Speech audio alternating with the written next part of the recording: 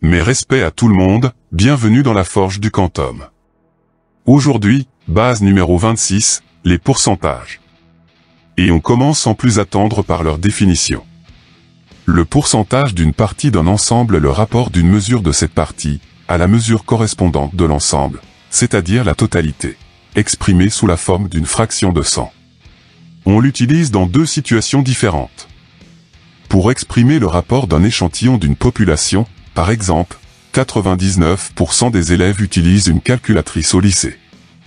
Pour exprimer une évolution, par exemple, concernant l'inflation, les prix à la consommation ont augmenté de 5,6% en mars 2023.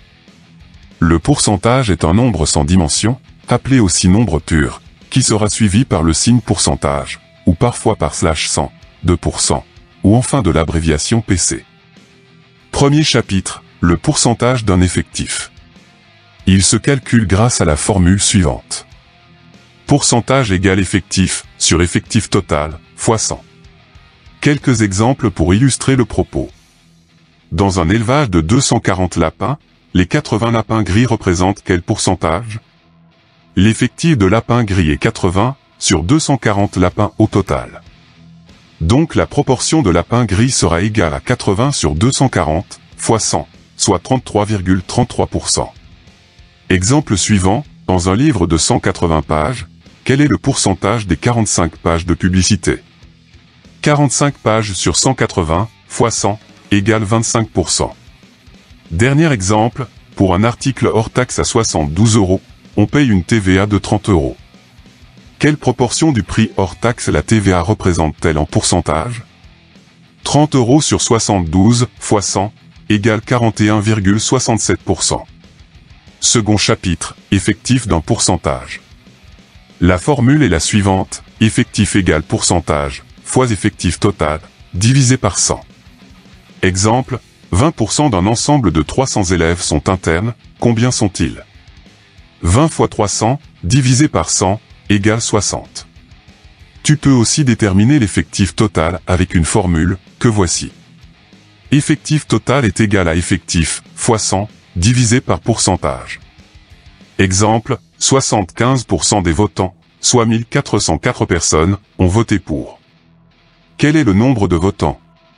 N est égal à 1404 fois 100, divisé par 75, soit 1872 votants.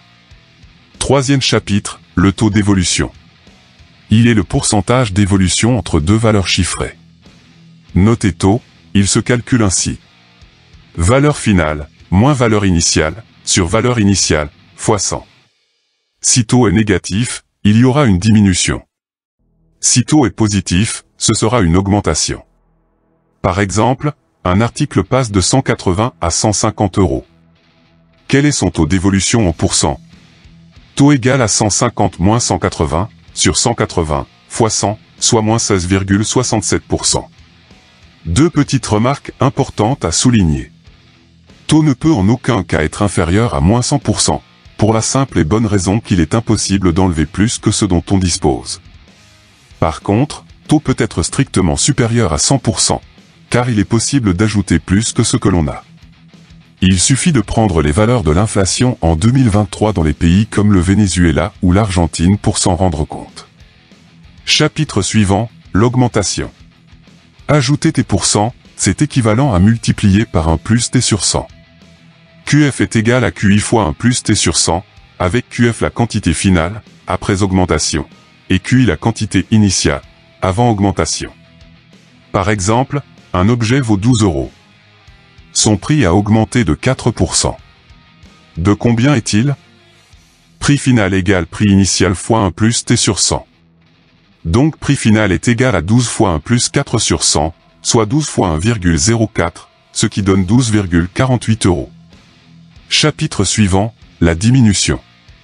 Enlever T %, c'est équivalent à multiplier par 1 moins T sur 100. QF est égal à QI fois 1 moins T sur 100, avec QF la quantité finale, après diminution, et QI la quantité initiale, avant diminution. Petit exemple. Une calculatrice programmable coûte 86 €. Au moment de la rentrée scolaire, elle est proposée avec une ristourne de 15%. Calculez le prix d'achat de cette calculatrice. Prix final égale prix initial fois 1 moins T sur 100. Donc prix final est égal à 86 fois 1 moins 15 sur 100, soit 86 fois 0,85, donc 73,10 €. Passons au coefficient multiplicateur. Dans les formules d'augmentation ou de diminution vues précédemment, le coefficient qui multiplie QI est appelé coefficient multiplicateur, ce qui est logique. Sa notation est Cm. Si Cm est strictement supérieur à 1, c'est synonyme d'une augmentation. S'il est strictement inférieur à 1, c'est une diminution. Pour déterminer le pourcentage à partir du coefficient multiplicateur, il suffit d'appliquer la formule suivante. Pourcentage égal à Cm-1 fois 100. Si ce pourcentage est strictement positif, c'est synonyme d'une augmentation. S'il est strictement négatif, c'est une diminution. Dans ce cas-là, le pourcentage est assimilé à un taux d'évolution, il sera donc noté taux. Chapitre suivant, les évolutions successives. Si une grandeur subit des évolutions successives, des augmentations comme des diminutions, le coefficient multiplicateur global, noté Cmg, est le produit des coefficients multiplicateurs de chaque évolution. Cmg sera égal à Cm1 fois Cm2, etc., jusqu'à Cmn. Par exemple, le chiffre d'affaires d'une entreprise a augmenté de 3%, puis baissé de 1%. Quel est le taux d'évolution global? Cmg est égal à 1 plus 3 sur 100, fois 1 moins 1 sur 100, soit 1,03 fois 0,99, donc 1,0197. Taux est égal à Cng-1 fois 100, soit 1,97%. C'est donc une augmentation. Passons aux sommes de pourcentages. Ces pourcentages ne peuvent ni s'additionner, ni se soustraire. Par exemple, retrancher 10% après une augmentation de 10% ne donnera pas la valeur de la quantité initiale. La démonstration est la suivante. Cmg sera égal à 1 plus 10 sur 100, fois 1 moins 10 sur 100, soit 1,10 fois 0,90, donc 0,99. Le coefficient multiplicateur global étant différent de 1, ça informe d'une variation. En calculant le taux en appliquant la formule, on trouve moins 1%. Donc, on ne retombe pas sur la valeur de départ. Tu peux tester avec n'importe quel pourcentage strictement positif, tu verras qu'à chaque fois, le taux n'est pas nul. On a fait les évolutions dans un sens, et si on abordait les évolutions réciproques? Le but sera de déterminer la quantité initiale QI, en connaissant la quantité finale QF, et le pourcentage d'évolution T. On part de cette formule, qui donne QF en fonction de QI, qu'on va bidouiller un peu pour avoir QI en fonction de QF. Le coefficient multiplicateur réciproque, noté CMR, sera égal à 1, sur 1 plus ou moins T sur 100, et après arrangement, donnera 100, sur 100 plus ou moins T. Deux exemples pour illustrer le propos. Primo, soldé à 60%, cet objet coûte 86 €. Quel était son prix avant les soldes? Le prix initial est égal au prix final, divisé par un plus ou moins T sur 100.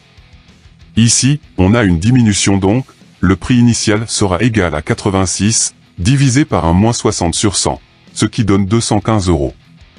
Secondo, le chiffre d'affaires d'une entreprise a baissé de 10% en 2018. De quel pourcentage, arrondi à 0,1% près, doit-il augmenter en 2019 pour compenser cette diminution?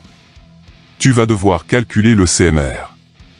Tu prends la formule, dans laquelle tu remplaces T par 10, et tu dois obtenir 1,111. Tu vas déterminer le taux en faisant CMR-1 fois 100, et obtenir 11,1%. Voyons maintenant dans quel domaine ces pourcentages apparaissent.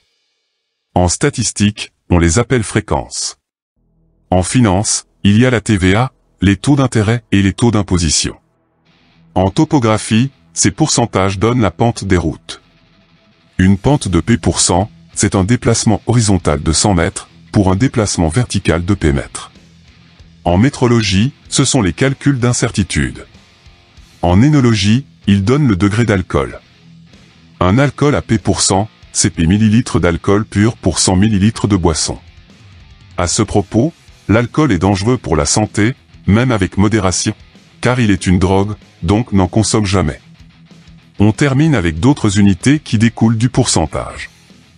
Le pour 1000, symbolisé ainsi, est souvent utilisé pour exprimer en démographie le taux de mortalité ou celui de natalité. Par exemple, un taux de natalité de 15 pour 1000, c'est 15 naissances pour une population de 1000 habitants.